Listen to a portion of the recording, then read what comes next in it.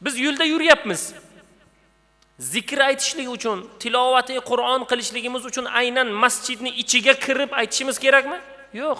Alloh imkoniyat berdi. Qayerda xohlasang qilaver dedi zikringni.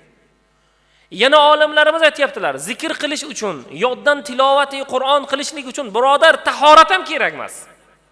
Xohlagan paytingizda qilavering. Bu imkoniyat emasmi bizga? Bu imkoniyat, bu fazl bu. Yoddan Qur'onning suralarini o'qimoqchimiz. Bugun zikr qilmoqchimiz. Birodar qilavering. Tahoratingiz bo'lsa-ku, nur ustiga a'lo nur Alloh fazl berib qo'yibdi. Lekin agar bo'lmasa-chi, birodar, zikrda bardavom bo'ling. Tilovati Qur'onda bardavom bo'ling. Ichingizda suralarni o'qib yuring. Alloh taoloni bizga, mu'minga fazl bergani shu. Va bu xususda payg'ambar sollallohu alayhi va sallamning ko'p tavsiyalari,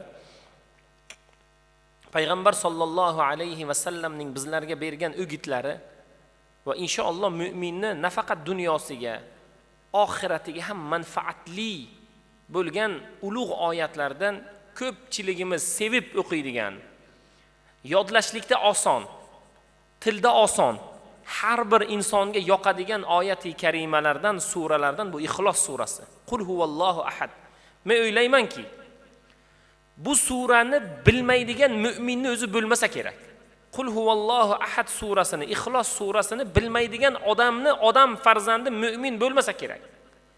Yodlashda oson, tilda oson, aytib yurishlikda hamma inson o'sha surani yaxshi ko'radi.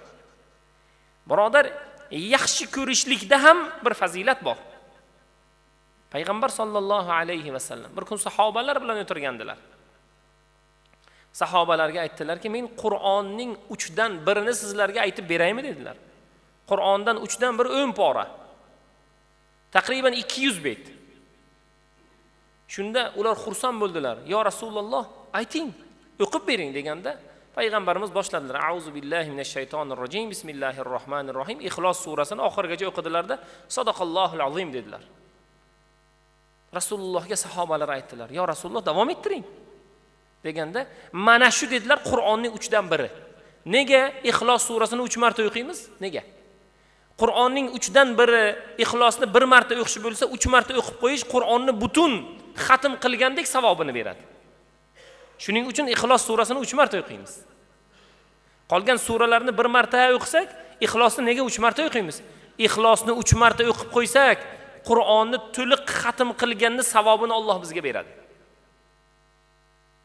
Shuning uchun qabristonga borganda Ixlos surasini darrov o'qib qo'yamiz, vaqtimiz qisqa bo'lganda savobini bag'ishlab qo'yamiz. Alloh taoloning fazli bu. Alloh taoloning biz sizga bergan imkoniyatlaridan. Bu suraning nozil bo'lish sabablari qanday bo'lgan? Annal mushrikina qalu li rasulillahi sallallohu alayhi va sallam unsub lana robbak fa anzil ta'ala.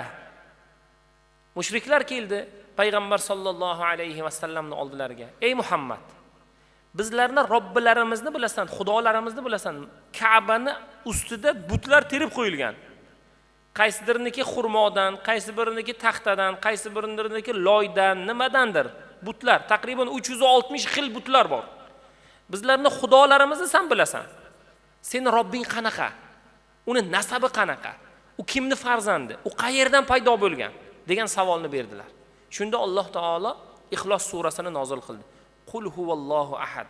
Ey Muhammad sallallohu alayhi va sallam, ularga ayting, Alloh yagona. Alloh bitta. Nasabi yo'q. Kimdandir meros olmaydi. Kimgadir meros bermaydi, chunki uning o'g'li qizi yo'q. Lam yalid. U tug'magan va tug'ilmagan. Xo'p, tug'ilganida kimdandir merosxo'r bo'ladi u. Demak, uni merosxo'ri yo'q. Kimnidir tug'sa, kimgadir meros qoldirishligi kerak. Farzandlarimizga meros qoldiramiz. Allohu somad. Alloh somad zot, behojat. Alloh taoloning hech kimga muhtojligi yo'q. Biz ibodat qilamizmi? Qilmaymizmi? Namoz o'qiymizmi? O'qimaymizmi? Zikr aytib uni poklaymizmi? Poklamaymizmi? Unga yaxshilik, ya'ni unga itoat qilamizmi? Qilmaymizmi? Umuman qizig'i yo'q. Bizga qizig'i, bizga kerak. Allohga itoat qilib, undan mukofot olishlik bandaga kerak, Alloh taologa kerak emas. Shu oyatni Alloh taoloning o'zi nozil qildi. Va payg'ambar sollallohu alayhi va sallam buni o'qib yurishlikni biz sizga buyurdilar. Ya'ni Alloh taoloning haqida, Alloh taoloni poklash, Alloh taoloni ulug'lash, Alloh taoloning fazilati o'laroq bu duoni biz sizga o'qib yurishligimizni payg'ambar sollallohu alayhi va sallam tavsiya berdilar. Va har bir duoda payg'ambar sollallohu alayhi va sallam mana shunday duo qilishlikni bizga buyurdilar.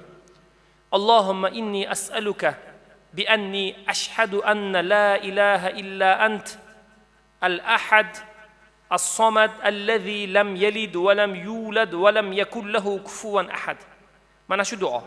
Buni internet tarmoqlarida chiqaramiz hali. Ey Alloh, sendan o'zga iloh yo'q. Sen yakka yagona, somad zotsan, tug'magan, tug'ilmagansan. Senga tenging yo'q. Ya'ni tenglik yo'q senga. Mana shu narsaga guvohlik berib so'rayman dedilar. Bir kishi shunday duo qilayotganda Rasululloh eshitdilar. Shunda payg'ambar sollallohu alayhi va sallam aytdilar: "Jonim qo'lida bo'lgan zotga qasamki, batahqiq ismi a'zamni o'rtaga qo'yib so'rayapti. U albatta so'ralingan duo ijobat bo'ladi" dedilar.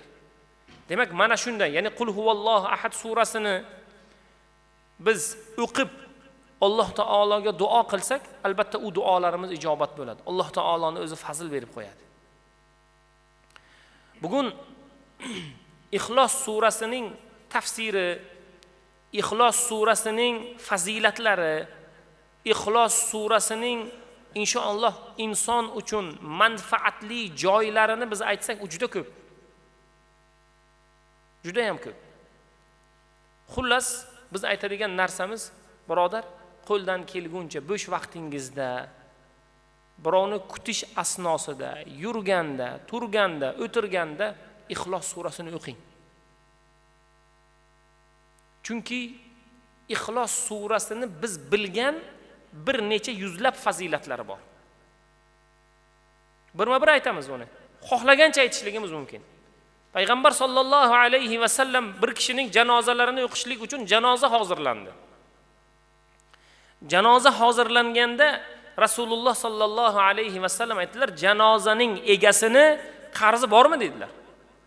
Birov qo'l ko'tardi: "Ya Rasululloh, mana bu o'lgan odamni, vafot etgan odamni mendan 4 dirham qarzi bor." Rasulullohning zamonlarida bo'lyapti bu narsa. 4 dirham qarzi bor. Shunda Rasululloh aytdilar: "Yo'q.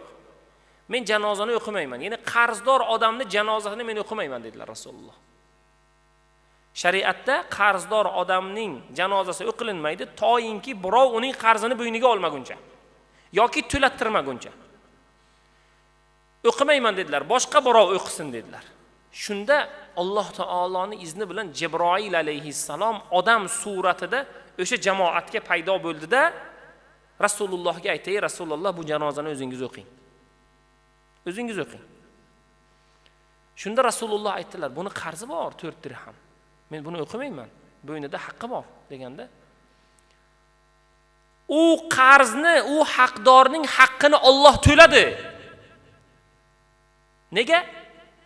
Chunki vafot etgan odam Ixlos surasini yaxshi ko'rardi, doim o'qib yurardi. Ixlos surasini yaxshi ko'rganni Alloh yaxshi ko'radi.